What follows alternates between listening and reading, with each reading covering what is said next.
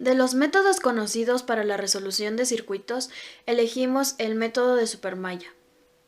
A continuación, lo explicaremos a través de un ejercicio, ya que es un método empleado cuando se tiene una fuente de corriente en una rama que comparten dos mallas. A continuación lo explicamos. Primero identificamos las mallas, que son un conjunto de elementos en red que conforman un camino cerrado dentro del circuito. En este caso son 4.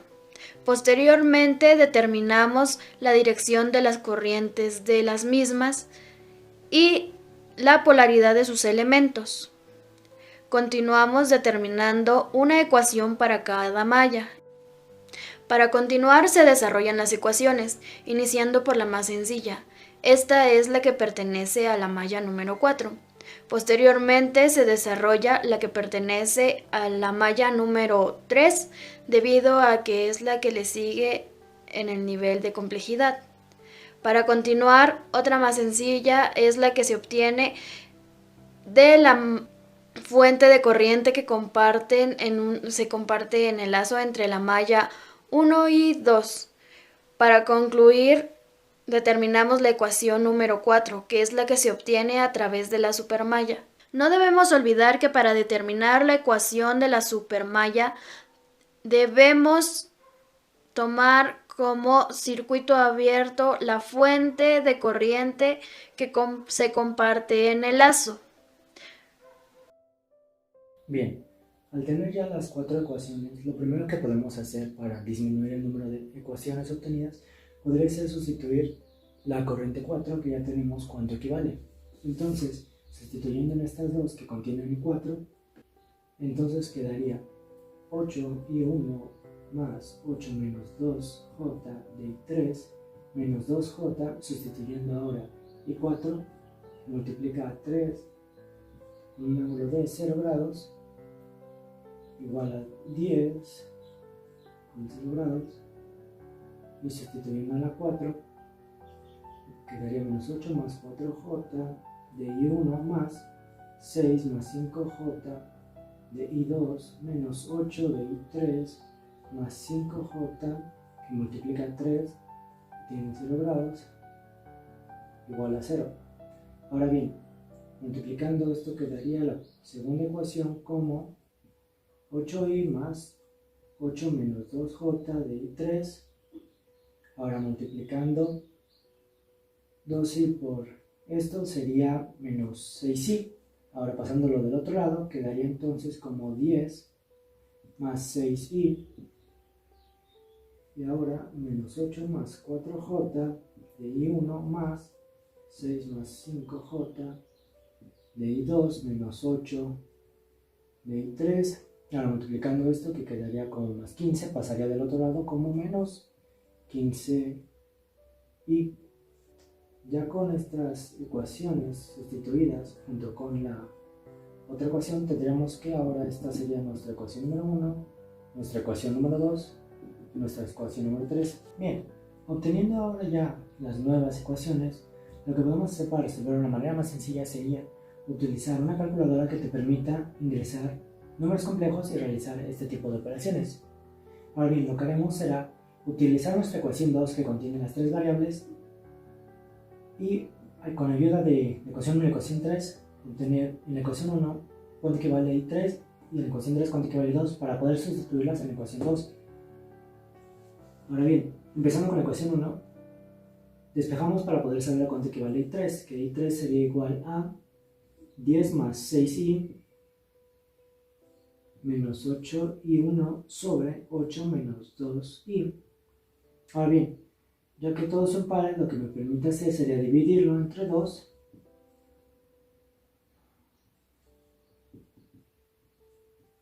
de esta manera.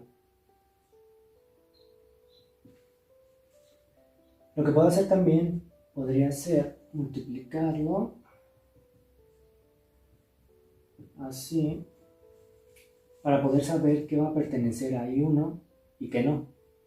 Entonces, de este modo, tendríamos que saldría 17 menos 16i sobre 17 y más 17 menos 4 de I1 sobre 17. Esta es la parte imaginaria. Y si lo separamos, tendríamos que 1 menos I, y tendríamos de este lado menos 16 sobre 17 menos 4 sobre 17, todo esto con respecto a I1, de este modo. Entonces ya tenemos que es con respecto a I1 y qué parte no. Ahora bien, con la ecuación 3 lo que podemos hacer sería obtener I2, que simplemente sería restarle aquí I1. Ahora bien, ya teniendo esto podemos sustituirlo en la ecuación 2. Entonces tendríamos que menos 8 más 4i de I1 más 6 más 5 I1, ahora sustituyendo, quedaría así, y menos 8, que usamos ahora este que tenemos aquí, 1 más 6, 7 menos 4, 17 I, que tal vez correspondiente a este, y todo esto igual a menos 15i. Y ahora bien, resolviéndolo, podemos primero hacer estas dos para reducir un poco. 1 más 24 más 20i y menos 6 y 1 menos 5 y 1. Y aquí sería menos 8 menos 8i, que sería más 128 sobre 17 de 1 más 32 sobre 17 de I 1 igual a... Bien, ahora ya que tenemos esta parte, lo que vamos a hacer sería utilizar este y este para pasarlos del otro lado, ya que no tiene nada que ver con I1, que es la variable que estamos buscando. Entonces hacemos la operación, nos quedaría como menos 16 menos 27i, y ahora utilizamos los que tienen que ver con I1, que serían esos, que nos quedaría menos 110 sobre 17 más 15 sobre 17i, esto respecto a I1, y ahora simplemente despejamos I1, que sería igual a menos 16 menos 27i, sobre menos 110 sobre 17 más 15 sobre 17i, y que esto nos daría 271 sobre 145 más 642 sobre 145i, y ahora transformándolo para saberlo de manera con ángulos, quedaría que I1 es igual a 4.81 con un ángulo de 67.11. Y bien, ya por último, a nosotros ya haber obtenido cuánto equivale la corriente 1, que es igual a 4.81 con un ángulo de 67.11 amperes, podemos utilizar los despejes que usamos previamente para obtener I2 con respecto a I1 e I3 con respecto a I1. Entonces simplemente sustituimos los valores aquí para obtener, en este caso, cuánto equivale la corriente 2.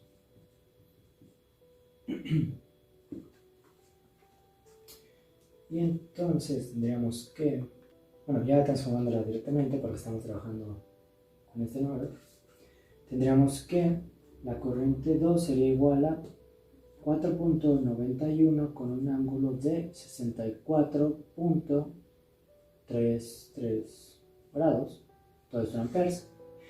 Y ahora aquí abajo tendríamos que sustituir de la misma manera,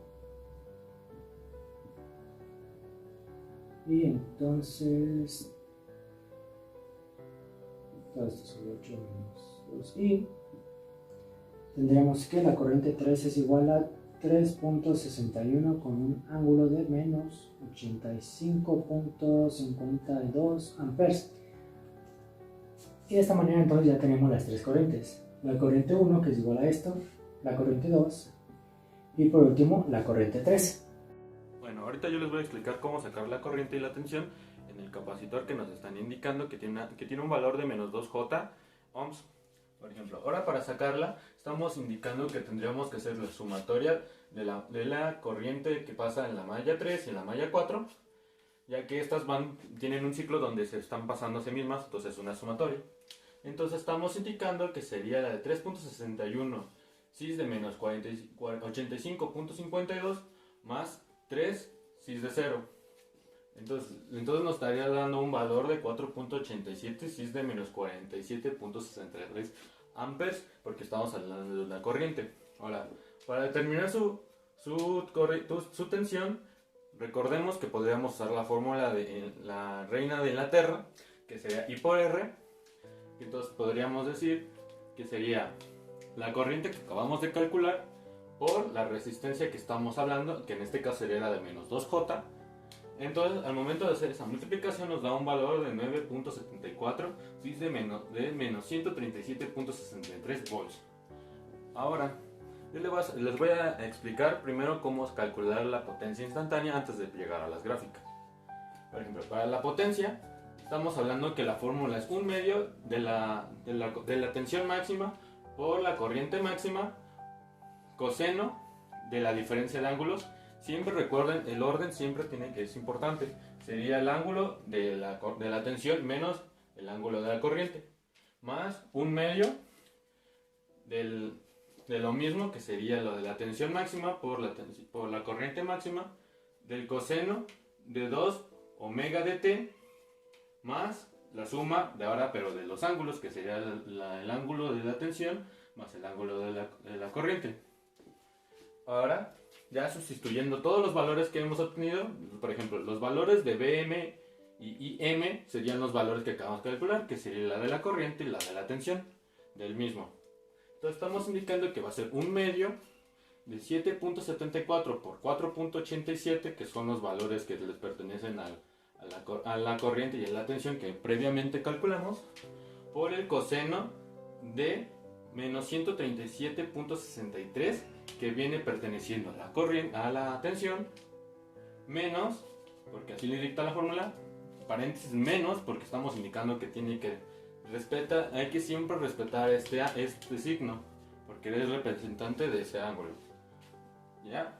Sería menos 47.63, más 1/2 de lo mismo, que sería lo mismo que viene haciendo acá, lo volvemos a posar, coseno, lo puse aquí abajo por cuestión de espacio, 2 omega de t, más menos 137.63, más, porque así lo dicta la fórmula, paréntesis, para que no nos lleguemos a equivocar por cuestiones de los signos, menos 147.63. Entonces, ya al momento de que simplificamos esta parte, nos viene saliendo que es 23.71 coseno por la diferencia de ángulos, pues nos va a dar positivo por ley de signos, menos nos va a dar menos 90 grados. Ahorita recordemos esta parte, por eso la circulé en rojo para que la recordemos ahorita, más 23.71, que sería viniendo esta parte, que viene siendo lo mismo, coseno de 2 omega de t, menos 185.26, que viene de esta parte. Ahora, cuando nosotros ya tenemos toda esta parte, la parte que está circulada en rojo, la vamos a simplificar, ya que no viene con ningún número, o no viene con, bueno, más bien vienen puros números y no viene ninguna letra que no se pueda simplificar. Entonces podríamos decir que sería 23.71, que sería una amplitud, por el coseno de menos 90. En el momento de hacer esto, pues vamos a saber que el coseno de menos 90 es 0. Entonces 0 por esto, por 23.71, pues nos va a dar 0, más, porque ya que terminamos esta parte, vamos con la otra parte que está en negro. Podríamos decir que es 23.71 coseno de 2 omega de t menos 185.26. Entonces lo único que hacemos es traspasarlo ya a nuestra última recta. Y siempre hay que recordar que esta parte se mide en watts, porque estamos hablando de una potencia. Entonces, ahorita nada más dejémoslo mencionado, que el primer valor que tuvimos, que es un 0, va a ser considerado como P. La segunda parte, que sería este valor, que sería una amplitud, sería considerado como S. y este sería nuestro ángulo. Ahorita más adelante les voy a explicar para qué lo nombro así, para que sea más fácil que lo podamos visualizar al momento de graficar. Bueno, ahora les voy a demostrar cómo graficar en dominio del tiempo en nuestros cálculos anteriores, que fue para sacar la tensión y la corriente en el capacitor de menos 2J. Ahora, estamos marcando la tensión y nuestra corriente de dos diferentes colores para poder diferenciarlos. Entonces, estamos marcando nuestro plano cartesiano, que en vez de que este lado sean los lados negativos y este lado positivo, cuando hacemos en las gráficas en dominio del tiempo, se invierten, o sea que este es el lado positivo y este es el lado negativo. Estamos marcando nuestras amplitudes nos la da el mismo resultado. Por ejemplo, en este caso sería 9.74 y va a llegar hasta menos 9.74 porque es la amplitud máxima y la amplitud mínima que va a tener esta oscilación. Ya cuando marcamos esto, cada corte va a ser a 90 grados. O sea, si por ejemplo, si hubiera empezado desde el origen, sería desde nuestra amplitud de 0 hasta 90, luego de 90 tendría que bajar hasta nuestra otra amplitud, que sería 180. Y así sucesivamente. El chiste es que tiene que seguir este movimiento. Y ahora, nosotros, por ejemplo, en este caso ya estamos marcando la de la corriente. La de la corriente tiene una amplitud más chica que esta. Entonces, por eso se puede ver una pequeña diferencia entre amplitudes y también de las distancias que hay una entre la otra. Por ejemplo, en este caso, y más bien a esta diferencia o este espacio que nos sobra de este punto a este punto, se llamaría la onda de desfasamiento. Ahora les voy a enseñar a cómo graficar la potencia en dominio del tiempo. Es similar a lo anterior, nada más hay un poco de diferencias. Por ejemplo, en el anterior estábamos viendo que era una oscilación completa en 360 grados, pero solo era una. Aquí vamos a tomar en la misma cantidad de tiempo, nada más que van a ser dos oscilaciones. ¿A qué me quiero referir? Que por ejemplo, en este caso, digamos que de aquí recorre hasta acá, llega aquí, solo de aquí para atrás, solo es una oscilación. Ahora va a ser el doble, o sea, va a ser toda una oscilación, sería 1, 2. ¿Por qué? Porque en la misma fórmula, no sé si recuerdan que en la última parte donde sale un medio del valor de la tensión y la corriente máxima por coseno de 2 omega t, ese 2 omega t refiere a que son las dos oscilaciones de un tiempo, pero en este caso van a ser en 360 grados porque no el mismo fórmula o el mismo ejercicio, dependiendo obviamente, no te indica ese valor de tiempo ni cuánto va a valer omega. Si te llegan a decir cuánto vale omega, sí ya se podría dar otro cálculo, pero en este caso no se da, entonces es un poco más sencillo. Por ejemplo, ahora otra cosa que hay que destacar, ¿se acuerdan que en el momento que calculamos marqué que sería una P, una S y un ángulo? Bueno, aquí va a ser que el eje va a ser P, pero ¿a qué me refiero con P? Por ejemplo, si nuestro P nos hubiera dado un valor, no sé, de 20, ustedes hubieran, por ejemplo, contado de que, de aquí, del 0 al 20. Entonces, ustedes van a marcar una línea horizontal, marcando todo el eje X. Y ahora, tendrían que hacer su escala normal, pero aquí les recomiendo que lo hagan en un espacio una separación de 45 grados cada uno, o sea, de 45 más 45, 90, así sucesivamente, porque en este caso cada corte ya no van a ser a 90 grados, va a ser a 45 grados. ¿Para qué? Para que pueda dar las dos oscilaciones en 360 grados. Ahorita lo vamos a ver más detalladamente. Entonces, como antes venía recalcando, se va a marcar un eje y después de ese eje, ese sería como su punto de origen. Y por ejemplo, si es de 23, pues dicen, pues aquí es 20, pero aquí voy a hacer hasta 23 y de aquí 23. Es como si ese hubiera sido su nuevo origen. Pero en este caso, estamos diciendo que P es 0, entonces no tendríamos que marcar otra línea de origen. Usamos la misma, la de eje de X que todo el mundo conoce. Entonces hacemos nuestras separaciones, marcamos nuestra amplitud máxima, nuestra amplitud mínima, que viene siendo el 23.71 que ya habíamos calculado anteriormente, y empezamos a hacer nuestras oscilaciones. Sería, por ejemplo, empezamos desde menos 100, desde menos 100 y algo, ¿no? Entonces empezamos a bajar le sumamos 45, o en este caso sería menos 45, porque recuerden, siempre hay que respetar el que acá va a ser la zona de los números, el menos y aquí zona más, ¿sí? Entonces sería restarle menos 45, ya nos va a dar un valor. Aquí puede ser aproximado, ya que ya dependerá de cada quien que haga su escala, si la quiere hacer muy precisa o la quiere hacer más o menos. Aquí es un poco más o menos amplia, para que no nos quedara una gráfica tan grande. Eso ya es cuestión de gustos.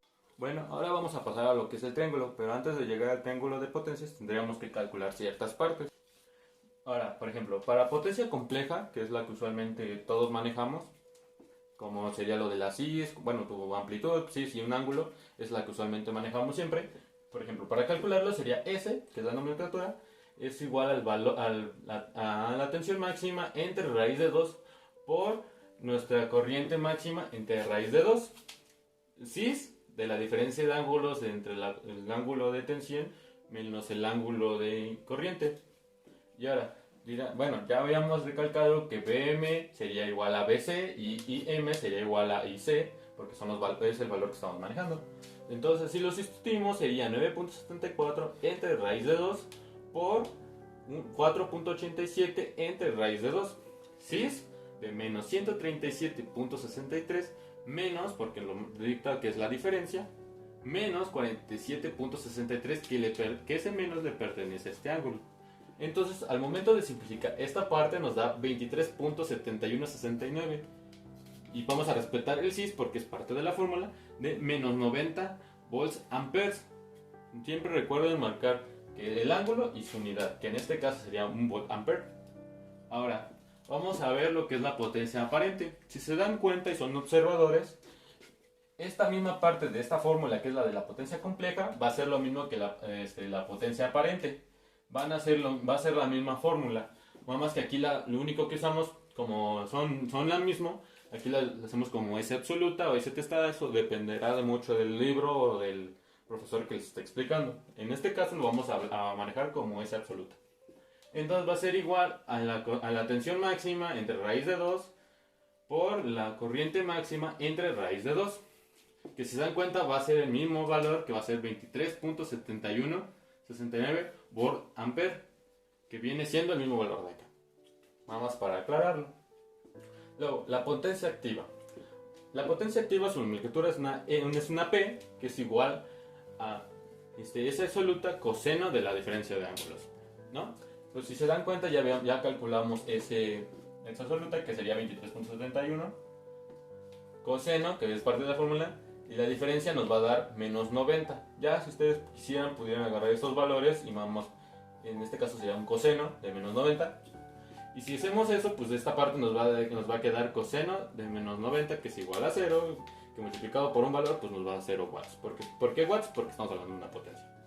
Ahora, potencia reactiva. En este caso va a ser similar, va a ser similar a al procedimiento de la potencia reactiva, con la diferencia de que este coseno lo vamos a sustituir por un seno. Entonces sería S absoluta seno de la diferencia de ángulo, que nos quedaría Q es igual a 23.71 seno de menos 190, de menos 90 grados, disculpen, que nos va a dar un valor de menos 23.71 bar, que sería volt ampere, volt ampere.